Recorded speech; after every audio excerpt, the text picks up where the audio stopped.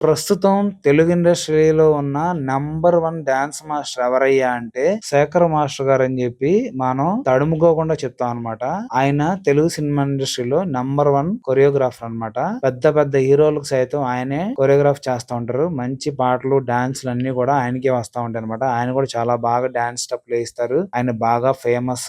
బాగా డబ్బులు కూడా తీసుకుంటా ఉంటారన్నమాట. పెద్ద హీరోలందరికీ శేఖర్ మాస్టర్ గారే కొరియోగ్రఫీ చేస్తా ఉంటారు. అలాగే ఈయన చాలా కష్టపడి పైకొచ్చారన్నమాట. చాలా చిన్న స్థాయి నుంచి ఒక సైడ్ డాన్సర్ గా మొదలయ్యి తర్వాత కొంచెంగా కష్టపడి ఒక 10 ఏళ్ళు 15 ఏళ్ళు చేసి తర్వాత డాన్స్ మాస్టర్ అయ్యి బాగా ప్రూవ్ చేసుకుని తెలుగు ఇండస్ట్రీలో నంబర్ 1 కొరియోగ్రాఫర్ గా ఎదిగారన్నమాట.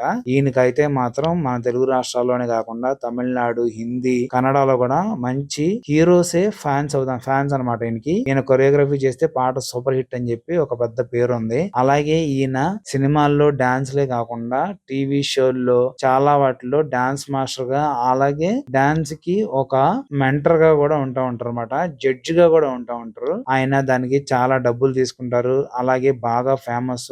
శేఖర్ మాస్టర్ గారు ఉన్నారంటే ఆ షోకి మంచి వ్యూస్ కూడా వస్తా ఉంటాయి అనమాట. ఆయనకి సమాజంలో చాలా పెద్ద గౌరవం ఉంది. చాలా మంచి వ్యక్తి. అందరితో మంచిగా ఉంటారు. ఎంతో మందికి అవకాశాలు ఇచ్చారు. ఎంతో మందిని పైకి తీసుకొచ్చారు. ఇలా ఎంతో మందికి ఎన్నో సహాయాలు చేశారు అనమాట. ఆయన నిజంగా కూడా ఆయన ఎంత కష్టపడ్డారనేది మనందరికి చాలా మంది తెలుసు. ఆయన కూడా చాలా సార్లు చెప్పారు కూడా. అయితే ఆయన మీద ఈ మధ్య ఒక ఆశ్చర్యకరమైన విషయం బయటపడింది అనమాట. అదేంటంటే ఆయన మీద పంజాగుట్ట పోలీస్ స్టేషన్ లో ఒక కేసు నమోదైంది. అదేంటంటే బెట్టింగ్ యాప్స్ ప్రమోట్ చేశారని చెప్పి. అయితే శేఖర్ మాస్టర్ గారిని మనం అయితే ఇప్పుడు దాకా ఈయనలో ఒక్క కోణం చూసాం అనమాట. ఆయన మంచి కొరియోగ్రాఫర్, అలాగే చాలా ప్రోగ్రామ్స్ కి జడ్జి గా ఉంటారని చెప్పి. అయితే ఆయన కూడా డబ్బుల కోసం ఎంత దిగజారేస్తారా అని చెప్పి మనకైతే తెలియదు. అయితే ఇప్పుడు బయటపడతా ఉంది. ఆయన మామూలుగా అయితే ఆయన బయటకైతే పెద్ద లగ్జరీగా ఏం కనపడ్డు. నార్మల్ కార్ లో వస్తాడు, నార్మల్ గానే వెళ్తాడు, నార్మల్ గానే ఉంటాడు. అంత షో అయితే చేయడు. కానీ ఆయన ఆస్తులు మాత్రం చాలా ఎక్కువగా ఉన్నాయని తెలుస్తా ఉంది. దగ్గర దగ్గర 150 కోట్ల పైన ఆయన ఆస్తులు ఉన్నాయంట. అసలు ఎంత సంపాదన ఆయన ఈ 10-15 ఏళ్లలో ఎలా సంపాదించాడని చెప్పి ఆరా తీస్తే చాలా మంది తెలిసింది ఏంటంటే ఆయన బెట్టింగ్ యాప్స్ ని ప్రమోట్ చేశారని చెప్పి తెలిసిందనమాట.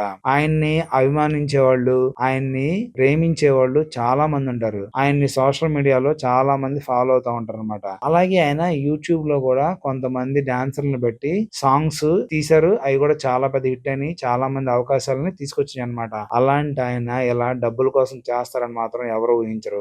ఆయనకున్న ఫాలోవర్స్ ని బేస్ గా చేసుకుని బెట్టింగ్ యాప్స్ ని ప్రమోట్ చేశారంట. ప్రమోట్ చేసి ఎంతో మంది ఆ బెట్టింగ్ యాప్స్ వాడేలా చేసి ఎన్నో కోట్ల రూపాయలు దాంట్లో ఇన్వెస్ట్ చేసి వాళ్ళని నమ్ముకొని పోగొట్టుకొని చాలా ఇబ్బందులు పడి చివరికి ఆ అప్పులు ఎలా తీర్చాలో తెలియక ఆ డబ్బుల్ని ఎలా సెట్ చేయాలో అర్థం కాక ఊరేసుకుని చాలా మంది ఆత్మహత్య చేసుకుని చాలా మంది చనిపోయారంట. అలా చనిపోతే ఆ కేసుల్లో ఏం జరిగిందని చెప్పి పోలీసులు ఆరా తీస్తే దానికి బెట్టింగ్ యాప్సే కారణం అని చెప్పి, అలా బెట్టింగ్ యాప్స్ వీళ్ళందరికీ అంటే ఇంత సామాన్యులకు కూడా ఇవన్నీ ఎలా రీచ్ అని చెప్పి ఇలా పెద్ద పెద్ద వాళ్ళు వాళ్ళ దగ్గర ఉన్న ఫాలోవర్స్ ని ఇన్ఫ్లుయెన్స్ చేసి బెట్టింగ్ యాప్స్ లో ఇన్వెస్ట్ చేసేలా చేశారంట. అలాగే శేఖర్ మాస్టర్ గారు కూడా ఒక బెట్టింగ్ యాప్ ప్రమోట్ చేశారని చెప్పి తెలుస్తా ఉంది. అసలు వాళ్ళకి ఏమేమి పోయే కాలం. ఆయన ఎంతో మంచిగా ఉన్నారు. ఎంతో హ్యాపీగా పని చేసుకుంటా ఉన్నారు. మంచి పేరు ఉంది. మంచి ఫేమస్. అలాగే ఆయన మీద ఎప్పుడు మంచి అభిప్రాయం ఉండదు అనమాట ప్రతి ఒక్కళ్ళు కూడా. ఆయన అంత మంచిగా సెటిల్ చేశారు చాలా మందిని కూడా. ఎన్నో అవకాశాలు ఇచ్చారు. అసలు ఆయన జడ్జిగా ఉండి కూడా భలే ప్రోత్సహిస్తూ ఉంటారు. బాగా డాన్స్ చేసిన వాళ్ళని అసలు నువ్వు బాగా చేసావు, ఇంకా బాగా ట్రై చేయి, నువ్వు ఖచ్చితంగా మాస్టర్ అవుతావు అని చెప్పి అంతా ఎంకరేజ్ చేస్తారనమాట. పైన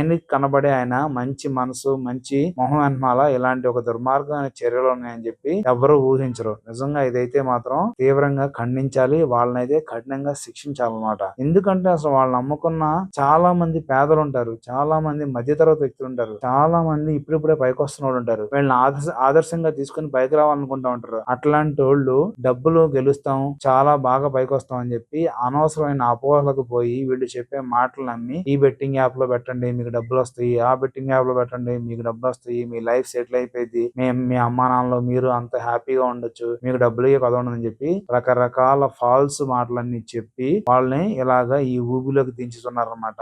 నిజంగా కూడా మనం కూడా ఒకసారి ఆలోచించుకోవాలి. ఎవరు ఏది చెప్తే అది చేసేయకూడదు. అందులో నిజం ఎంత అబద్ధం ఎంత అన్ని బేరీజ్ వేసుకుని చేయాలన్నమాట. ఎంతో పెద్దవాళ్ళు మనం అభిమానించే వాళ్ళు చెప్తారని చెప్పి తప్పులు అయితే చేయకూడదు కదా. మనకంటూ ఒక జ్ఞానం, ఒక ధర్మం అనేది ఉంటది. బెట్టింగ్ యాప్స్ అన్నింటిలో డబ్బులు సంపాదిస్తామా లేదా అనేది మనందరికీ ఒక ఐడియా ఉంది. దాంట్లో రావు, అదంతా అయ్యే పని కాదు. చివరికి ఫస్ట్ లో కొంచెం వచ్చినట్టే ఉంటది, చివరికి మొత్తం పోగొట్టుకోవడం అనేది కామన్ అనమాట. ఇవన్నీ గుర్తుంచుకొని ఎంత పెద్దవాళ్ళు మనం ఇన్ఫ్లుయెన్స్ చేసినా సరే కొన్నిటికి జోలికి వెళ్లకుండా ఉండడం మంచిదన్నమాట. అసలు ఎవరు చెప్పినా సరే అది మంచిదా కాదా అని చెప్పి డబ్బు అనేది మనం కష్టపడి సంపాదించుకుంటే వచ్చింది. అది ఒక టైంకి అన్ని నిలబడతాయి అనమాట. అంతేగాని ముందే ఎక్కువగా ఆలోచించేసి కోట్ల కోట్లు సంపాదించాలని చెప్పి అనుకుంటే ఇలాగే మనం ఆత్మహత్య చేసుకు చనిపోవాల్సిన పరిస్థితులు వస్తాయి అనమాట. వాళ్ళు మాత్రం మన పేరు చెప్పి బాగా డబ్బు సంపాదించుకుని హ్యాపీగా ఉంటారు. మనం మాత్రం ఇలా ఇబ్బందులు పడతా ఉంటాం. నిజంగా చాలా మంది ఇలా చేస్తా ఉన్నారు. మనమైతే మనం అభిమానించే వాళ్ళు ఎవరైనా సరే ఏం చెప్పినా సరే ఒకసారి ఆలోచించుకొని చేయాలన్నమాట. ముఖ్యంగా బెట్టింగ్ యాప్ సంబంధించి అయితే మాత్రం 10 సార్లు ఆలోచించుకోవాలి.